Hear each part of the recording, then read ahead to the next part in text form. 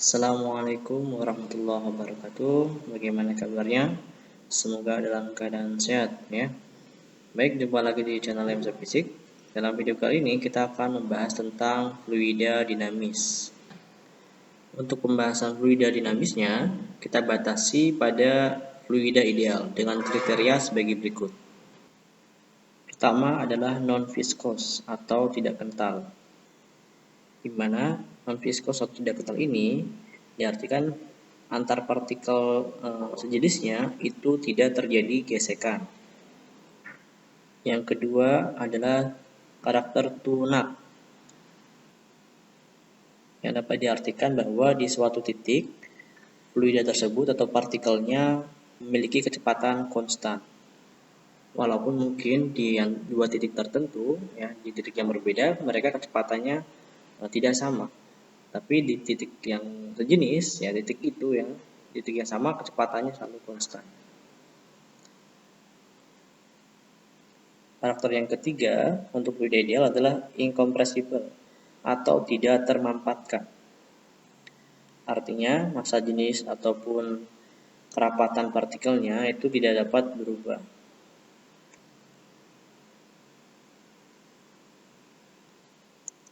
Dan yang keempat dan terakhir untuk fluida ideal karakternya adalah tidak turbulen atau tidak terjadi pusaran di alirannya. Itu fluida dinamis yang kita bahas terkait dengan fluida idealnya. Selanjutnya kita akan membahas tentang hukum ataupun beberapa persamaan dalam fluida dinamis. Kita masuk ke video lebih lengkapnya.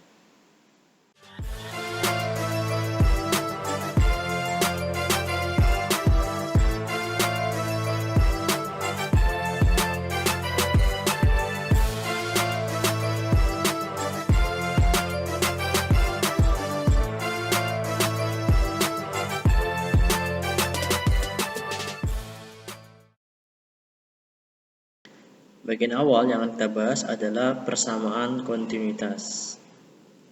Persamaan kontinuitas ini membahas tentang besaran debit ya. Di IPA, Fisika, SMP kita pernah membahas apa itu debit.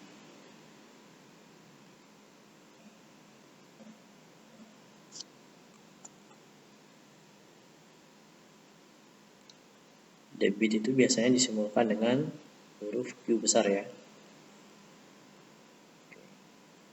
Debit ini apa? Debit ini adalah banyaknya air atau banyaknya fluida yang mengalir tiap detik.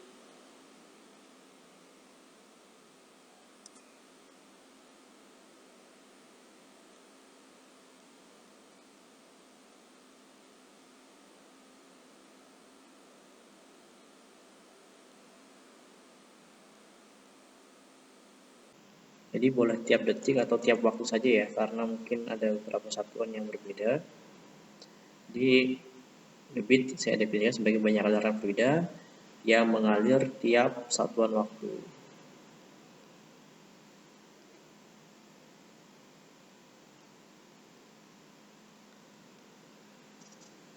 Jadi kalau kita ngomongin soal banyak aliran berarti kan volume ya.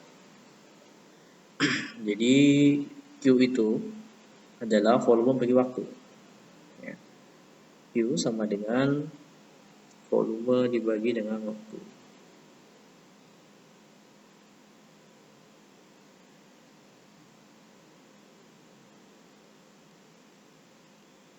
Kalau dapat kita tulis menjadi Q sama dengan volume ya, vol gitu kan, dibagi dengan T.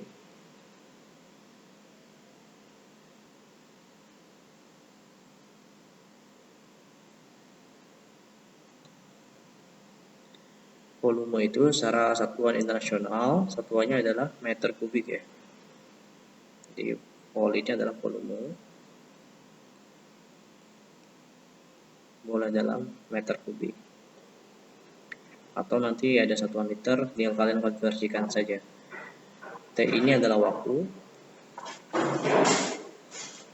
dalam satuan second, dan Q ini adalah debitnya. dalam satuan berarti meter kubik per second ya, meter kubik per second. Persamaan debit sendiri bisa berubah ya. Perhatikan gambar berikut. Ini adalah gambar pipa yang di dalam pipa ini terdapat air ya, yang mengalir dengan ukuran panjangnya misalkan L airnya. Kemudian karena sifat air ini adalah menempati ruang, otomatis ukuran luas penampang air itu sama dengan ukuran luas penampang pipa. Dan kita anggap seandainya air ini bergerak dengan kecepatan V ke kanan misal. Dan apabila kita masukkan ke dalam persamaan debit yang tadi, di mana debit adalah volume bagi waktu, maka banyaknya aliran air yang mengalir tiap satu waktu untuk pipa ini, di dalam pipa ini adalah Q sama dengan volumenya, berarti kan luas alas kali tinggi ya untuk ukuran air yang di dalam pipa ini. Berarti luas alasnya adalah A ya. Volumenya berarti saya ganti dengan A luas alas dikali dengan tinggi ya. Tingginya apa di sini? Tingginya namanya L, berarti saya ganti dengan L saja ya. Oke. Ganti dengan L dibagi dengan waktu T. Sehingga terlihat di sini untuk L per T itu adalah persamaan dari kecepatan ya, meter per second. Jadi di sini bisa kalian ubah yang L per T-nya nih menjadi V ya. Sehingga dapat ditulis persamaan untuk debit yang keduanya adalah A dikali dengan V. V ini adalah kecepatan aliran ya, kecepatan aliran. Jadi kita punya dua persamaan debit, bisa berupa volume dibagi dengan waktu atau luas penampang dikali dengan kecepatan ya. Ini. Lalu bagaimana persamaan kontinuitas itu sendiri? Persamaan kontinuitas ya, kontinuitas itu mengatakan bahwa debit dalam setiap titik ya pada suatu penampang adalah selalu konstan. Sehingga kita dapat tuliskan persamaannya bahwa Q1 sama dengan Q2. Q1 sama dengan Q2 ya. Berarti bisa kita tuliskan A1 dikali dengan V1 sama dengan A2 dikali dengan V2. Atau boleh juga di sini kita ubah jadi volume dibagi waktu ya sama dengan A2 atau A dikali dengan V. Oke. Misalkan kaitannya dengan keran yang mengisi suatu bak ya. Ditanyakan berapa waktu yang dibutuhkan untuk mengisi bak itu sampai penuh. Maka kaitannya dengan volume dan waktu. Dan aliran air dalam keran memiliki kecepatan tertentu. Maka ini kaitannya dengan luas penampang keran dan kecepatan aliran dalam atau yang keluar dari keran, gitu ya. Ini persamaan yang kita dapatkan seperti ini. Oke, jadi kalau seandainya dibuat suatu persamaan A1 kali V1 sama dengan A2 kali V2 itu biasanya gambar seperti ini. Ada suatu penampang yang berbeda ukurannya, kemudian bisa semakin membesar atau semakin mengecil ya. Misalnya dia menyempit kayak gini. Anggaplah ini ukuran yang pertama. Oke. A1 lebih besar. Kemudian dia menyempit ukurannya. Ini adalah A2. Ini A2, ini A1.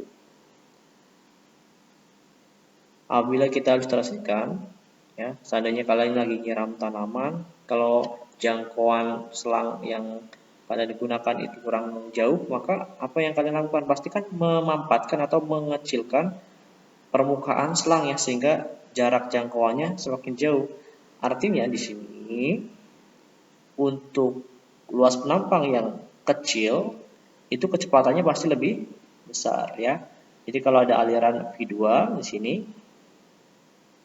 itu nilainya pasti lebih besar dibandingkan V1 ya. Jadi luas penampang itu berbanding terbalik dengan kecepatan. Semakin luas penampangnya kecil, maka semakin cepat alirannya. Gitu ya. Oke. Itu tentang persamaan kontinuitas. Berikutnya adalah persamaan Bernoulli. Pada dasarnya, persamaan Bernoulli melengkapi persamaan kontinuitas untuk beberapa kondisi atau keadaan. Untuk memahaminya lebih lanjut, kita saksikan video berikut ini.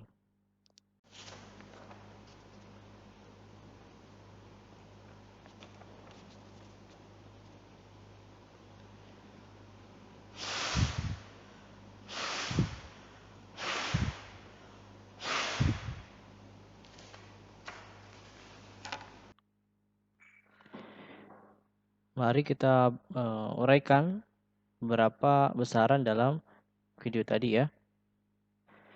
Seandainya ini adalah kertas yang saya pegang tadi, lalu saya tiupkan udara dengan kecepatan tertentu yang alirannya berada di atas kertas ya. Misalkan arahnya seperti ini. Nah, kecepatannya V. Yang saya tiupkan dari atas kertas yang menyebabkan kertas ini malah terangkat, bukannya terdorong ke bawah ya. Jadi ada tekanan atau gaya yang menyebabkan kertas ini justru terangkat.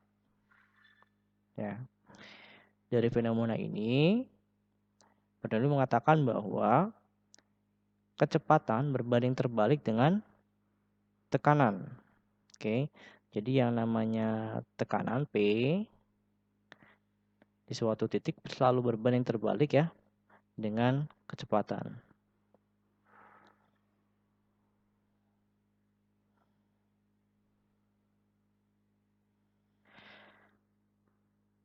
Nah, untuk lebih memahami persamaan Bernoulli, perhatikan gambar berikut ya. Jadi misalkan ada sebuah pipa ya dengan memiliki luas penampang di kedua ujungnya itu berbeda dan terdapat perbedaan ketinggian misalkan ya. Oke. Mohon maaf, saya perbaiki. Nah, kita lihat di sini bagian bawah pipa ukuran penampangnya lebih besar ya. Kita tulis misalkan ini adalah A1. Sedangkan bagian atasnya memiliki penampang yang ukurannya lebih kecil atau lebih sempit ya. Oke. Jadi ini saya tuliskan sebagai A1 penampang pertama. Ini A2.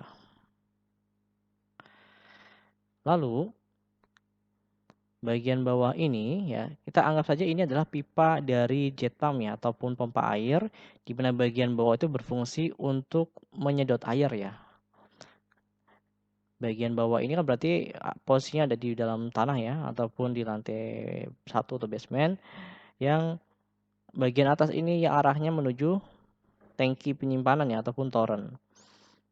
Jadi ada perbedaan ketinggian. Ya, saya tulis ini misalkan perbedaan ketinggiannya terhadap kerangka cuanya adalah tanah. Oke. Ini di sini misal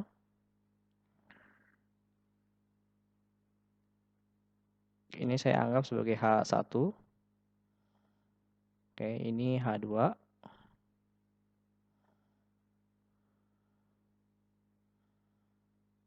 Terhadap tanah semua ya. Kemudian air yang melalui penampang yang bawah karena ukurannya lebih besar ya. maka di sini kecepatannya pasti lebih kecil ya. Berarti ini aliran airnya V-nya lebih kecil. Kita anggap V1. Sedangkan yang ada di pipa yang kecil, maka kecepatannya lebih cepat atau lebih tinggi. Kita anggap V2. Gitu ya. Karena bagian bawah fungsinya adalah menyedot air tanah ya, maka terdapat tekanan ya. Di sini kita anggap ada tekanan P1 yang pasti lebih besar. Di sini ada P2. Sesuai dengan konsep Bernoulli bahwa tekanan terbalik dengan kecepatan ya. Ini P1-nya kecil nih, P1-nya malah besar. Ya, makanya ada slogan iklan itu sedotannya kuat, semburannya kencang. Ya, berarti bagian bawahnya itu memiliki fungsi yang maksimal untuk menyedot air tanah dan bagian atas untuk menyalurkan air ke dalam tangki air ya, yang lebih cepat kecepatan alirannya. Oke ya. Sehingga kalau kita tulis di kedua titik ini ya, titik penampang pertama dan penampang kedua, melalui hukum kekekalan energi mekanik ya, per volume ya, karena ini kita ngomongin soal molekul air ya, maka energi mekanik di titik pertama per volume sifatnya sama ya, ataupun konstan dengan M2 atau energi mekanik di titik yang kedua per volume juga.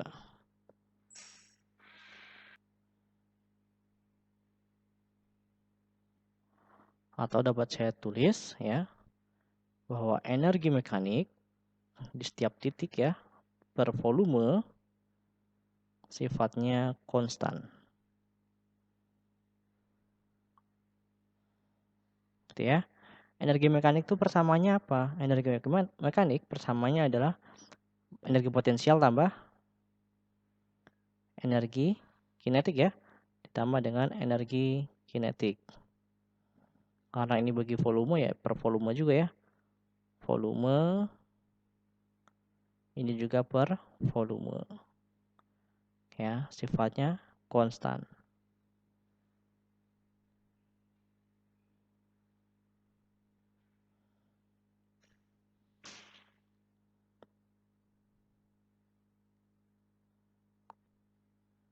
Oke. Jadi kalau saya uraikan energi potensial itu kan MGH ya. Jadi massa kali gravitasi kali dengan ketinggian dibagi dengan volume ditambah energi kinetik setengah kali massa kali kecepatan dikuadratkan dibagi dengan volume juga konstan ya. Sifatnya konstan ketika mereka dijumlahkan. Kita lihat di sini ada massa dibagi dengan volume. Ini persamaan apa nih? Massa bagi volume. Ya, ini juga sama, ada massa bagi volume. Bisa kita ganti ya, karena yang namanya massa bagi volume ya adalah rho ya, rumus massa jenis, yaitu massa dibagi dengan volume ya. Jadi saya ganti di persamaannya menjadi ya rho kali G kali H ditambah dengan setengah kali rho kali V kuadrat sifatnya selalu konstan. Ya, inilah yang disebut dengan persamaan Bernoulli ya. Nanti kalian bisa mengaplikasikan ke beberapa fenomena yang berkaitan dengan Bernoulli ya. Kita lanjutkan di video berikutnya. Terima kasih. Jangan lupa like, share, dan subscribe channel ini ya. Terima kasih. Assalamualaikum warahmatullahi wabarakatuh.